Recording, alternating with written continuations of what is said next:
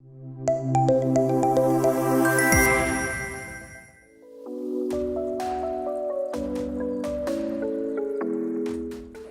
would like to call on stage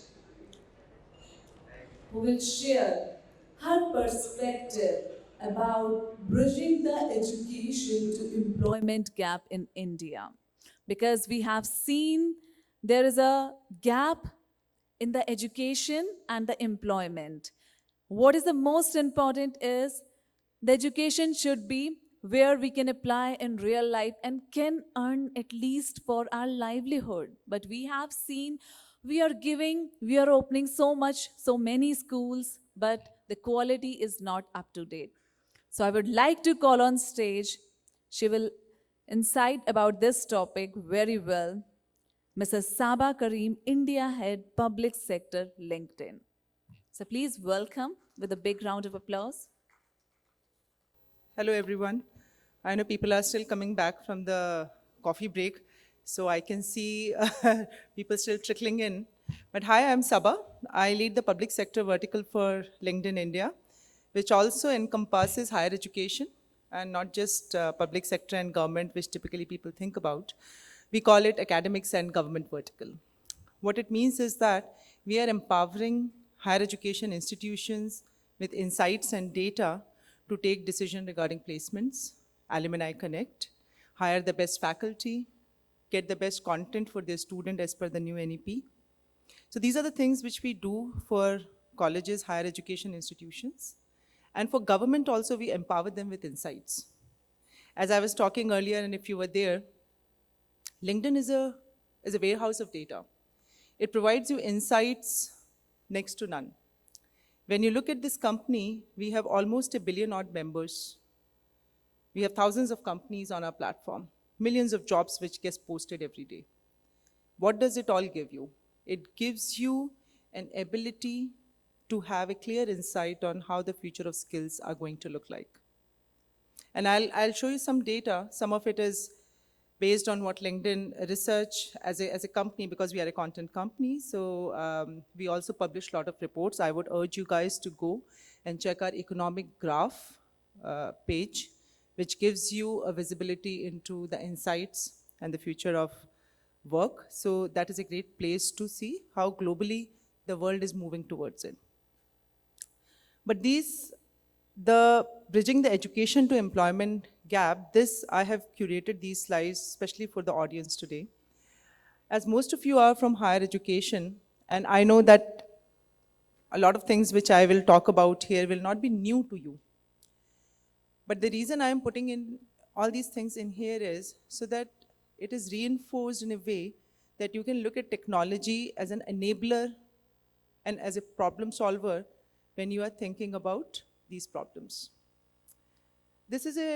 I think this particular statement has been again and again talked about in the global parlance, when they talk about that how India's GDP is going to surpass 7.5 trillion. But I think one thing which is also an underlying statement is that you are the key stakeholder for this. Why you? Because you are the one who is teaching the generation, or who is skilling the generation which is going to empower this kind of growth in India. So for you, the responsibility is a little more in terms of how you are equipping the students to make sure that India hits the target which it has set for itself and what people are calling out. Otherwise, you all know that this age of demographic dividend, which is the next 25 years, which we have, where we'll have the population, working population, the highest number of working population.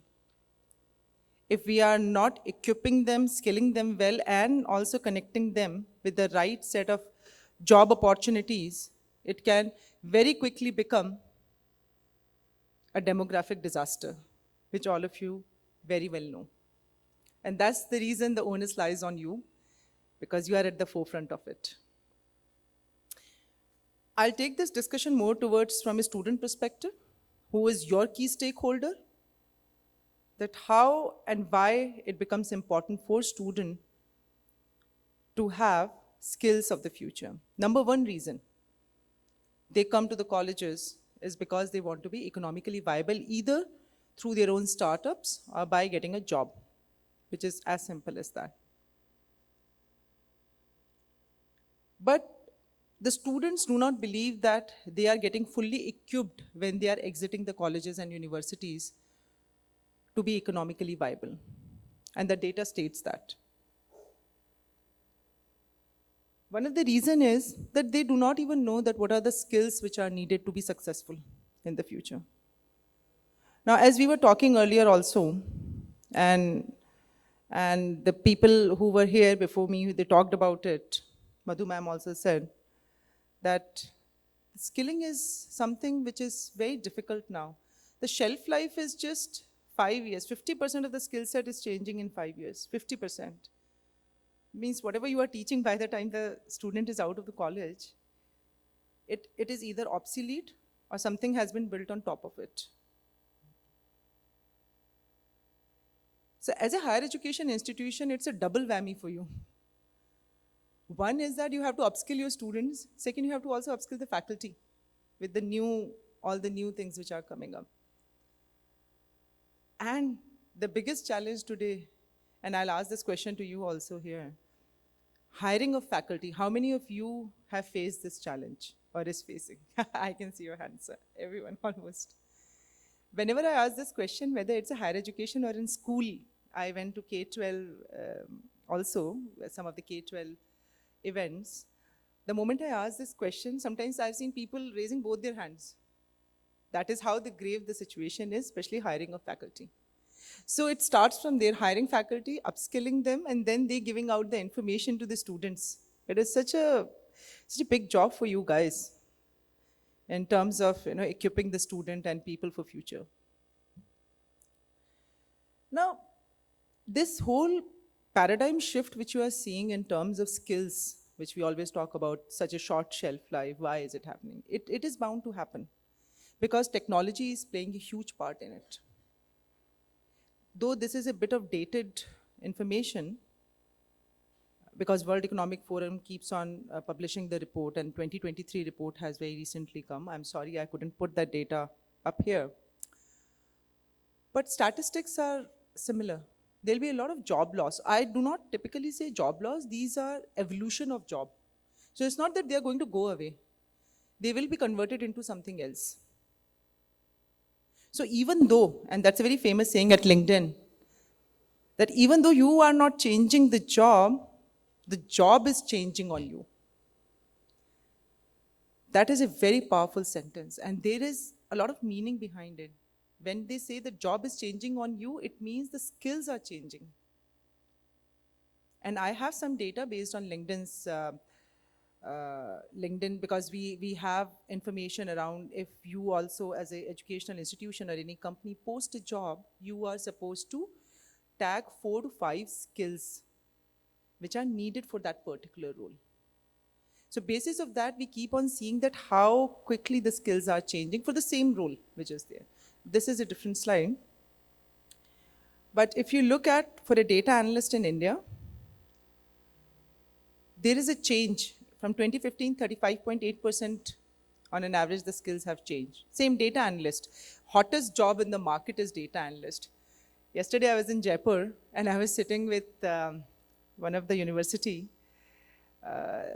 chancellor. He said that biggest problem for us is that how to equip the student for the skills which are coming and changing so fast. हम content भी नहीं बना पा रहे हैं, हम upskill भी नहीं कर पा रहे हैं faculty को, and by the time companies आके कुछ और ही मांगने लगते हैं. I know industry is also investing a lot in the colleges and university. They come 6 months to 1 year in advance to you. They let you know these are the processes and these are the changes which we have. But it is not available at scale. Few universities can do it very well, but not all. And that is where you need the power of technology with you as educational institutions to ease your own life. And again, in the process of talking about skills, when you look at industry, till now the story was all about educational institutions and the skills which are required by the students. Now when you look at from the other side, industry still talks about the same thing. that there's a skill shortage, major skill shortage, which the CEOs talk about. In fact, the top IT, because the LinkedIn is at a place where we have the companies which use our solutions to hire talent. So there are a lot of companies in India which are using LinkedIn, and not only India, globally. LinkedIn is a multi-billion-dollar company, and one of the biggest area from where our revenue comes is through our talent solutions, where people and companies use it to hire employees. For them also, one of the biggest challenges, the skills shortage. And a company told me some time back, I would not name it, the top IT services company, they said, day one billability. Day one billability is such a big issue for us. And not only for them, I think all the IT services company. And that is what they talk about, because they put people 6 months on bench, then they will wait for a project, then they will upskill them as per the project. Some universities are smart. They still get people in advance from companies and ask the students the batches to upskill on a particular skill set as per the project which is going to come in that company. But not all can do it. That's where you need technology. Technology is the biggest leveler when it comes to democratizing the skills.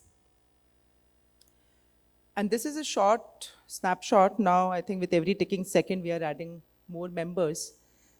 This is what powers LinkedIn's data and insights. It's showing 875 million members here, but we are already 950 million plus. In India itself, we have 100 million plus members. We celebrated that milestone a couple of months back. And India is also a land where we are adding the most members at the fastest speed possible across the globe. So we as a company are working with government to make sure that the students which are there are on the platform, because they hold the mass of the students. We also work with colleges and institutions to make sure that the upskilling is happening as per the skills which are required. And we are helping colleges and institutions also hire faculties, administrative staff, which is again one of the biggest tasks in the market. I think with this, again, some more data around how LinkedIn, on profiles, the importance of skills. I would like to reiterate, almost 300 million skills were added globally on LinkedIn's profile. And people are using these skills to hire across the corporate.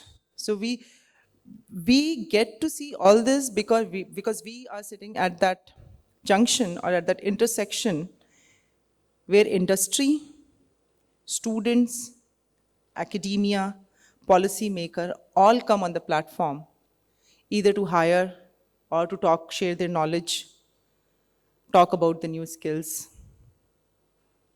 And this, with all that information, we collect it as insights and we help universities and colleges again to solve the problems which they have regarding talents and job. So with this, I would like to thank for your time.